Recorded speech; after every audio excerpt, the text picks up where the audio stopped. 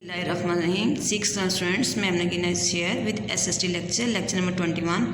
Assalamu alaikum. Alhamdulillah, I'm fine and hopefully you are fine too. Come on, chapter number 21. Chapter name is that Islam first reaches the subcontinent. Come on, page number 97. The Mongols. The Mongols were tribes who originally came from Mongolia, but who travelled across the great plains of Central Asia with their animals. They were very fierce warriors and fought bitterly among themselves. Chengiz, the leader of one of the tribes, forced the Mongol people to unite in one powerful force. In 1207, they attacked the settled countries all around them with terrible savagery and cruelty, seizing an empire stretching from the China Sea to Russia. In 1221, they invaded India, but after a battle against Iltutmish's army, which neither side really won, they went back to Central Asia. Chengiz died soon afterwards, and later the Mongols became Muslim. Many years later, these Mongols were to play a very important part in the history of India as the Mughals, which is the Persian version of their name. Info. The construction of Qutb Minar was begun by Qutbuddin Aibak to celebrate his victory, but it was not completed until 2 centuries later. It is situated outside Delhi and is 80 meters high. Come on, page number 98. Razia Sultana. After Iltutmish's death, none of his sons seemed capable of ruling, so his daughter Razia Sultana took control and ruled for 4 years. She was a strong ruler, personally leading her armies into battle, but the nobles and generals did not like being governed by women and murdered her. In 1246, a group of noblemen made Nasiruddin Iltutmish's grandson emperor, but the real power was in the hands of his chief general Balban. Balban controlled the empire for 20 years on behalf of his master, and when Nasiruddin died, the nobles were made his emperor. Balban also had to fight off the Mongol invasions. When he died in 1296, he was followed by a number of weak emperors until Alauddin Khilji 1296 to 1316 came to the throne. Alauddin Khilji proved to be a capable and good leader. He set up systems for good governance. As a soldier, he was even more successful in driving out the Mongols and conquering much of southern India.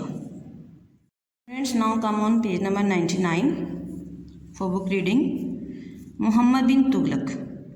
After Alauddin, there was a struggle for power, and in 1320, Ghaziyuddin Tughlaq became the ruler, succeeded by his son Muhammad bin Tughlaq, 1325 to 1501.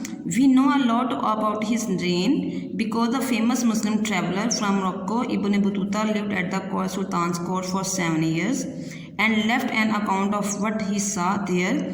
Ibn Battuta says that Muhammad bin Tughlaq did much for the people, building great irrigation schemes, some of which are still in use. He built many hospitals, schools, homes for all people, and mosques.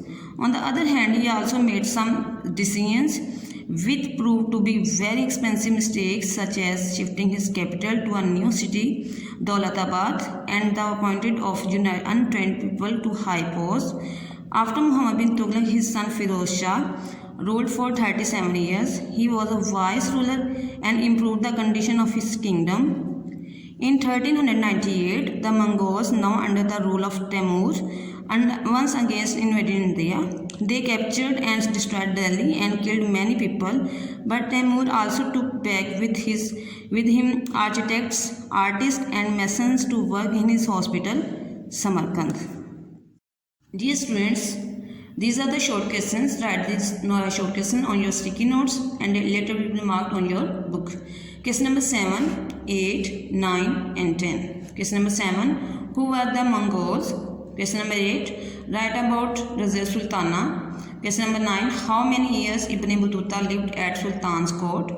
Question number 10, what do you know about Firoz Shah? Now come on for marking the answer on your book. Question number 7, Ans. The Mongols were tribes who originally came from the Mongolia. This is the answer of question number 7. Come on, next page. Question number 8, answer. Razia Sultana took control and ruled for 4 years. She was a strong ruler, personally leading her armies into battle. Question number 9, answer. Ibn Battuta lived at the Sultan courts for 7 years. Question number 10. After Muhammad bin Tughlaq, his son Firoz Shah ruled for 37 years. He was a wise ruler and improved the condition of his kingdom. This is all about lecture. Learn by heart. Take care. Allah Hafiz.